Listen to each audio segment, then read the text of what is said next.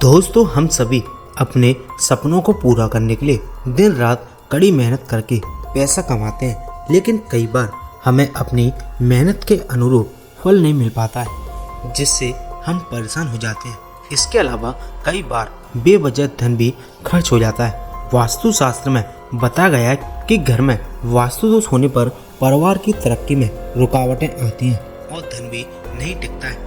आप वास्तुशास्त्र से जुड़ी कुछ छोटी मोटी बातें ध्यान में रखकर जीवन में सुख, समृद्धि और तरक्की प्राप्त कर सकते हैं। वास्तु के आसान से उपाय जिसको करने से आपका घर धन धान से भरा रहेगा। वास्तुशास्त्र में घर के हर एक कोने को लेकर कुछ जरूरी नियम बताए गए हैं। वहीं वास्तु में घर के किचन से संबंधित कई बातें बताई गई हैं। अगर इन बातों का ध्यान न दिया जाए तो व्यक्ति की घर की बरकत चली जाती है, सुख शांति खो जाती है। कहते हैं कि किचन में किसी प्रकार का वास्तु दोष परिवार के सदस्यों के जीवन पर नकारात्मक प्रभाव डालता है। वास्तु में रोटी बनाने को लेकर कुछ नियम बताए गए हैं। परिवार के छोटे हो जाने से आजकल गिनकर रोटियां बनाई जाने लगी हैं। हालांकि धन और सेहत के हिसाब से काफी हद तक सही भी है, लेकिन वास्तुशास्त्र में ऐसा करना गलत माना गया है। वास्तु जानकारों का कहना है कि रोटी संबंधित यह गलतियां करने से ग्रहों की स्थिति खराब हो जाती है, घर की सुख शांति, समृद्धि और परिवार के सदस्यों की सेहत खराब हो जाती है। ऐसे में इन वास्तु नियमों का ख्याल रखना बेहद ही जरूरी होता है। अक्सर देखने में आता है कि सुबह का बचा हुआ या रात का बचा हुआ आटा बाद में उपयोग में लेते हैं, उसे फ्रिज में रख देते हैं और बाद में उसी आटे से दूसरे वक्त की रोटी बनाते हैं, जो करना सही नहीं माना जाता। शास्त्रों में बताया गया है कि बासी आटे की रोटी बनाने से घर में नेगेटिव एनर्जी आती है। इस कारण परिवार के सदस्यों के बीच तनातनी का माहौल बना रहता है।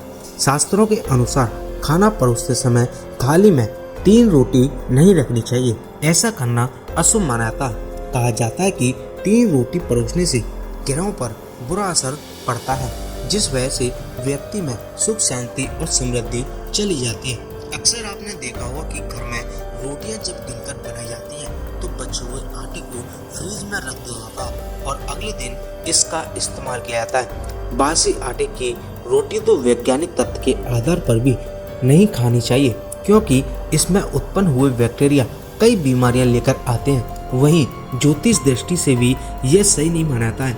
यदि घर में बासी आटे की रोटी बनती है तो उसका घर में पारिवारिक कलेश होते रहते हैं। रोटी का संबंध सूर्य और मंगल से है। जहाँ ताजी रोटी हमें ऊर्जा देती है, वहीं बासी रोटी नकारात्मकता प्रदान करती है। बासी आटे की रोटी आटे में पैदा हुए बैक्टीरिया के कारण राहु से संबंधित हो जाती है, इसलिए ऐसी रोटी कुत्ते को दी जानी चाहिए। यदि घर में बासी आटे की रोटियां जब घर के सदस्य खाते हैं तो वह सामान्य से तेज आवाज में बोलते हैं और यह स्थितियां झगड़े का कारण बनती है। इसलिए यदि आप घर में शांति रखना चाहते हैं तो बासी आटे की रोटी न बनाएं। यदि तमाम प्रयासों के बावजूद सफलता आपके हाथ नहीं लग रही है तो आपके लिए रोटी का यह उपाय वरदान साबित हो सकता है। काम में आ रही बाधाओं को दूर करने के लिए रोटी और चीनी को मिलाकर छोटे छोटे टुकड़े चींटियों के खाने के लिए उनके बिल के आसपास डाल दें। इस उपाय से आपकी बाधाएं धीरे धीरे दूर होने लगेंगी। वास्तु जानकारों का कहना है कि जब भी आप रोटी बनाते हैं तो गिनकर ना बनाएं, बल्कि हमेशा 4 या 5 रोटियां ज़्यादा ही बनानी चाहिए। ज्योतिष शास्त्र में पहली रोटी गाय को और आखिरी रोटी कुत्ते को खिलाना शुभ माना जाता है। वास्तु के अनुसार कभी भी बासी आटे की रोटियां नहीं खानी चाहिए। कहते हैं कि इस आटे से बनी रोटी पारिवारिक कलेश का कारण बनती है। इसमें कई तरह के बैक्टीरिया उत्पन्न होते हैं। साथ ही बासी रोटी का संबंध राहु से होता है, इसलिए ये रोटियां कुत्ते को दी जा सकती हैं। साथ ही ताजे आटे से बनी रोटियां मंगल ग्रह को मजबूत बनाती हैं। अगर आपको व्यवसाय में लगातार नुकसान हो रहा है या नौकरी में बराबर अड़चन आ रही है तो कुछ उपाय करके 11 दिनों में फायदा पा सकते हैं। इसके लिए आपको चक्की पर गेहूं पिसवाने जाते समय तुलसी के 11 पत्ते गेहूं में डाल दें। एक लाल थैली में केसर के 2 पत्ते और थोड़े से गेहूं डालकर मंदिर में रखकर फिर इन्हें भी पिसवाने वाले गेहूं में मिला दें। धन में बरकत होगी और घर में लक्ष्मी का वास होगा। ध्यान रखें आटा केवल सोमवार या शनिवार को पिसवाएं। जिन व्यक्तियों को लाख प्रयत्न करने पर भी स्वयं का मकान न बन पा रहा हो वे प्रत्येक शुक्रवार को नियम से किसी भी भूखे को भोजन कराएं और रविवार के दिन गाय को गुड़ खिलाएं। ऐसा नियमित करने से अपनी अचल संपत्ति बनेगी या पैतृक संपत्ति प्राप्त होगी। अगर संभव हो तो प्रातःकाल स्नान ध्यान के पश्चात निम्न मंत्र का भी जाप करें। आपको ओम नमो भगवते वासुदेवाय नमः मंत्र का जप करना है। इससे भगवान विष्णु की कृपा आपको प्राप्त होगी। किसी सगे संबंधी को धन दिया हो और वह वापस नहीं कर रहा हो तो 21 श्वेत चितक वर्री कौड़ियों को पीसकर चूर्ण उसके दरवाजे के आगे बिखेर दें। यह क्रिया 43 दिनों तक करते रहें, वह व्यक्ति आपका धन वापस कर देगा। शनिवार को पीपल के पेड़ से एक पत्ता तोड़कर ले आएं।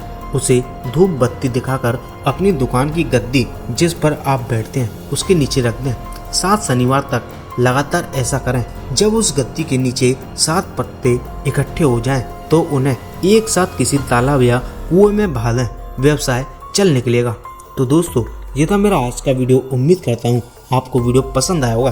तो आप इसे ज़्यादा से ज़्यादा शेयर करें, वीडियो को लाइक करें और अगर आप हमारे चैनल से हर रोज़ कुछ नया सीखना चाहते हैं तो चैनल को भी सब्सक्राइब कर लें, जिससे कि आपको हर रोज़ कुछ नया सीखने को मिलता रहे।